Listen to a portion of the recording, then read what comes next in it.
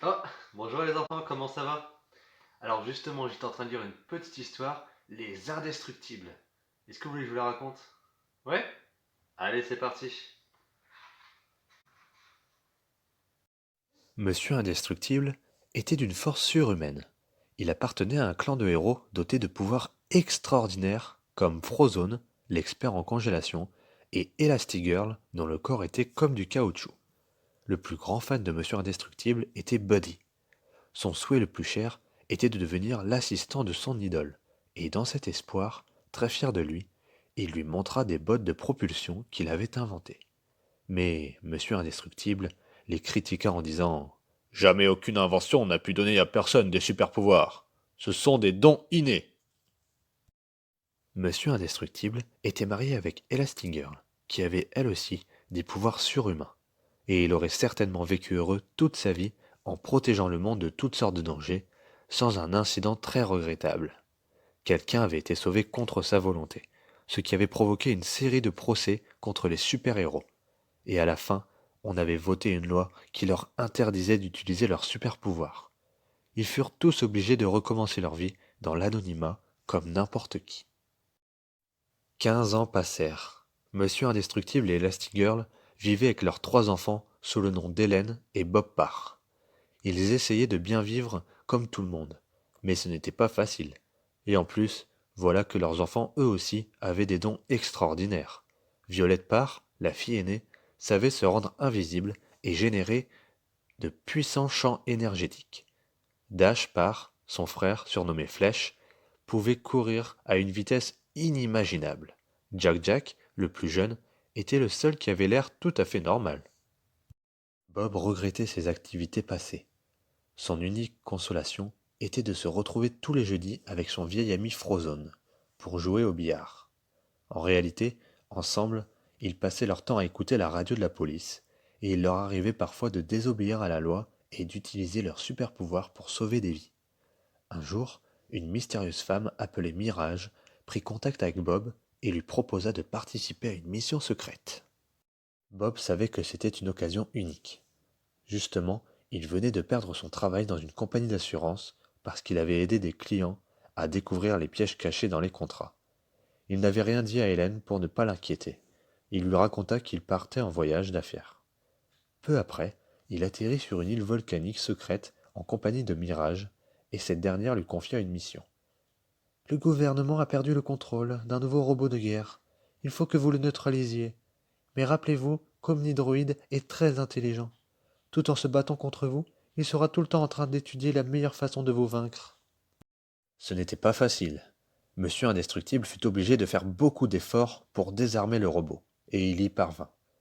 Bob rentra chez lui très content. Il avait l'impression de renaître. Dans l'espoir de travailler à nouveau avec Mirage, il demanda à Edna, une vieille copine d'école experte dans le design des habits de super-héros, de lui arranger son vieux costume. Mais Edna, pleine d'idées et d'enthousiasme, lui en dessina un complètement nouveau. Et pendant ce temps, Bob attendait de nouvelles de Mirage. Elles arrivèrent bientôt. Mirage avait une autre mission pour lui.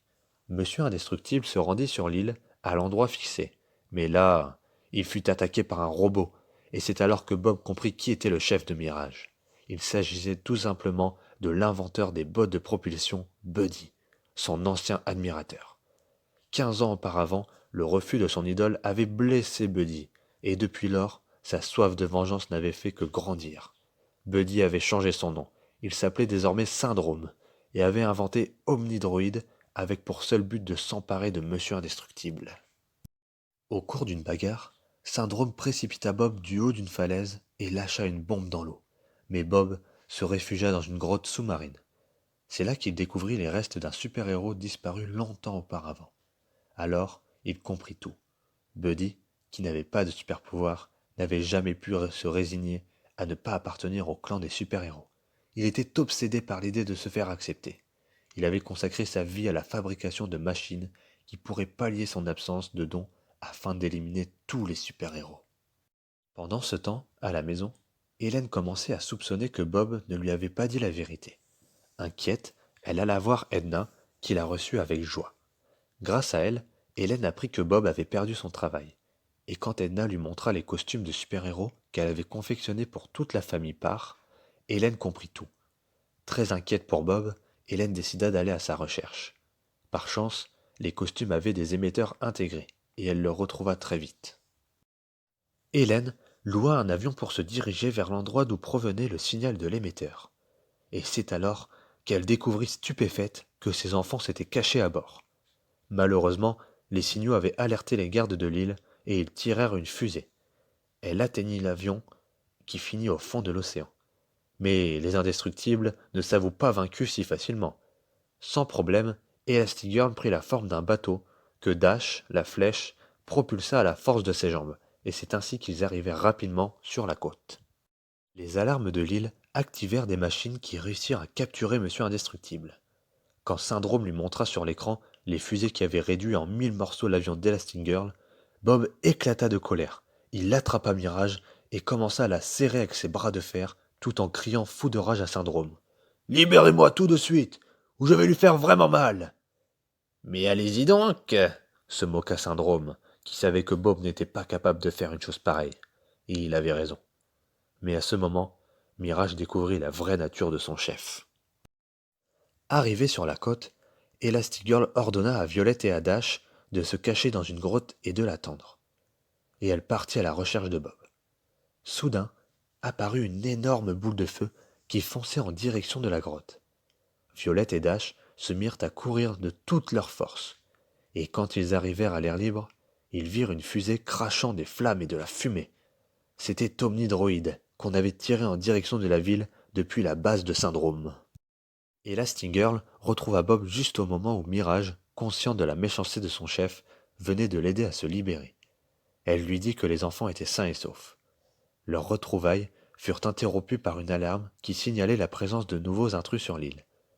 Persuadés qu'il s'agissait des enfants, Bob et Hélène se lancèrent à leur recherche. Ils les retrouvèrent encerclés par des machines volantes pilotées par des soldats de Syndrome.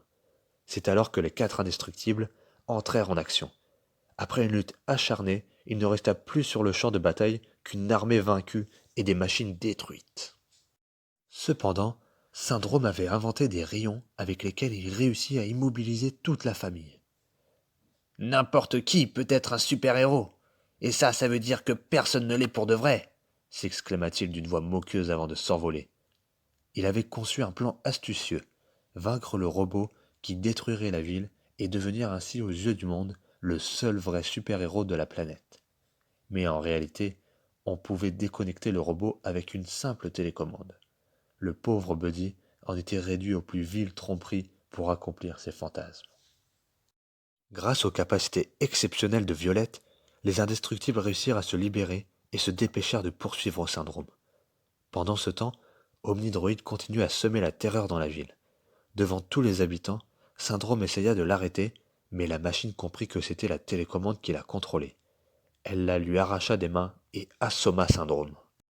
Maintenant, tout dépendait des indestructibles et de leur vieil ami Frozone qui s'était joint à eux. Omnidroid combattait avec fériocité et sans relâche. La lutte était terrible, mais à la fin, Violette retrouva la télécommande et avec l'aide de tout le groupe, Bob réussit à vaincre le robot. Les habitants de la ville applaudirent avec enthousiasme les indestructibles qui les avaient sauvés. Mais ils n'étaient pas au bout de leur peine. En rentrant chez eux, ils aperçurent avec horreur que Syndrome avait enlevé Jack-Jack et qu'il survolait les maisons à bord d'un avion. C'est alors qu'ils découvrirent quels étaient les super-pouvoirs du bébé. Jack-Jack commença à prendre des formes monstrueuses et fantomatiques. Syndrome en fut tellement horrifié qu'il jeta Jack-Jack hors de l'appareil. Bob lança Hélène de toutes ses forces dans sa direction et elle attrapa Jack-Jack en prenant la forme d'un parachute. Fou de rage, Monsieur Indestructible lança sa voiture contre l'avion de Syndrome qui explosa en plein vol. Pendant qu'Elastigirl et le petit Jack-Jack atterrissaient tranquillement, peu après les bottes de propulsion de Buddy tombèrent à côté d'eux. Les indestructibles retrouvèrent une vie normale. Mais maintenant, tout était plus facile, parce qu'ils n'avaient plus besoin de cacher leur pouvoir extraordinaire. Violette accepta l'idée qu'elle était différente des autres, et cela lui donna confiance en elle. Et Bob et Hélène autorisèrent Dash à participer aux épreuves sportives de l'école, à condition de ne pas utiliser toute la puissance de ses jambes. La vie de la famille Parr redevint tranquille. Ils continuaient de former une équipe solide, avec leurs super pouvoirs, et ils se tenaient prêts à venir en aide à quiconque serait en danger. Et voilà, c'est terminé. Alors j'espère que ça vous a plu. Donc n'hésitez pas à mettre vos avis en commentaire. Et si vous avez d'autres idées pour des histoires Disney, pareil, vous me les partagez en commentaire. Salut, bisous!